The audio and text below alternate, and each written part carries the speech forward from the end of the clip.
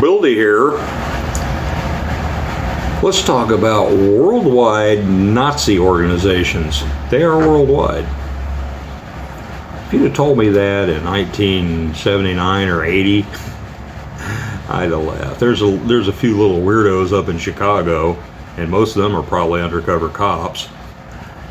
White supremacists? Really? I don't know any. I've seen some people claiming to be. I've seen some people publicly that were, and they smelled like cops.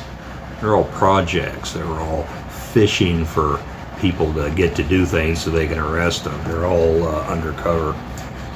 Is there any real, actual Nazi organizations? Well, you got to define Nazi. You got to know what it is. I've discovered a good definition of it, of modern Nazis. Nazism is a falsely deemed political movement, typically organized and controlled by criminal elites. Nazism is based on black propaganda or slander formulas that exploit ethnic, racial, and class hatreds to weaponize population sectors that are conditioned by broad control of the media and employed to induce general fear. That's a good definition. The U.S. government has inculcated Nazis and used them for a long time. So is the British government. German Nazis went to trial at Nuremberg. Ukrainian Nazis went on the payroll. So did Latvian and Estonian and Lithuanian Nazis. A lot of them were brought to Canada and established businesses and families with the help of intelligence services. And they became very prosperous on the condition that they would support the Forest Brotherhood and the remains of the OUN in Ukraine to give the Soviets a hard time. And these organizations are 80 years old now, and they grew legs.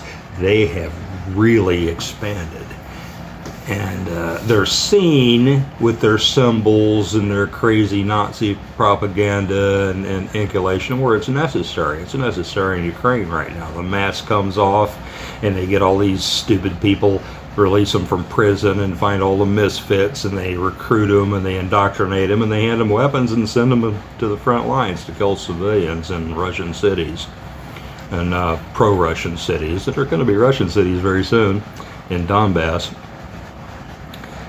Just like the U.S., NATO have used, especially the U.S. and the British have used Takfirs and jihadis in the Middle East. They're tools. And it all ties together. There's Syrian and Libyan and Afghan Takfirs in Ukraine fighting right now, and they're organized and they're brought in.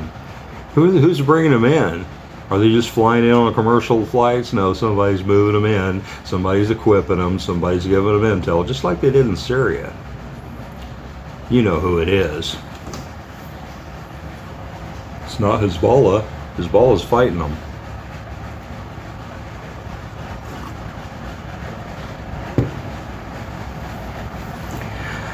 Canada's lousy with Nazis, Ukrainian Nazis.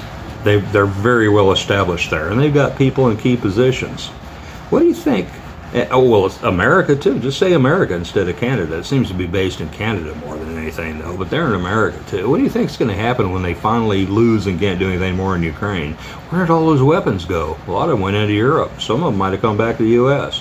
What are they going to do? They know all about revolutions. People talking about civil war in America is prime opportunity. That's how the Bolshevik Revolution happened. There are a lot of people who wanted to reform.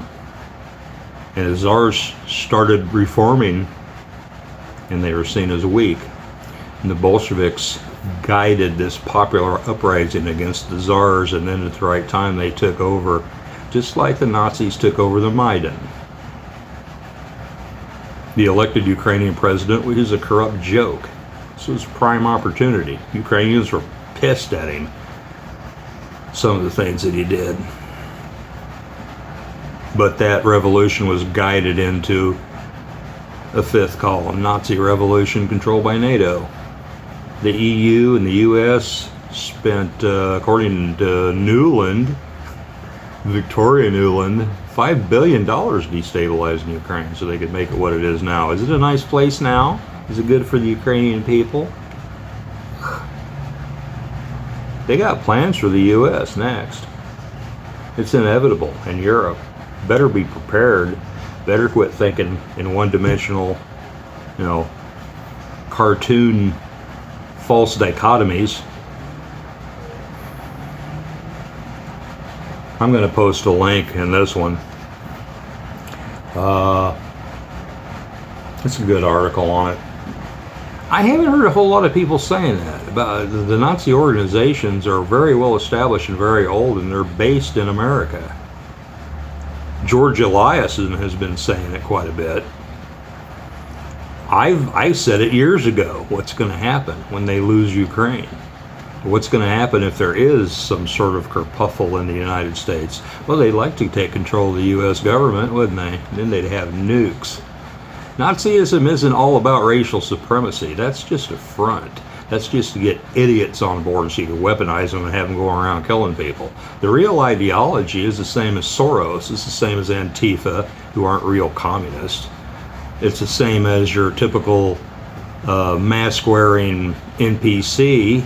They want this giant, universal, all-powerful government that'll control everything with technology. They really believe that that would be a good thing. Universal government. Government über alles. Sacrifice yourself for the government. That's where the glory lies, if you're an idiot. That's what the real ideology is. They have all these fronts. Just like the factions that I talked about in the other video. They're all on the same team. These different flavors of the globalist faction, and they're everywhere. And they're working, and they're more powerful in some countries than others. In the U.S., they're real freaking powerful. In the U.S. and Canada and Great Britain, they're at their peak. Better look out. It's not going to be pretty. Just saying. Make of that what you will. Uncle Billy signing out.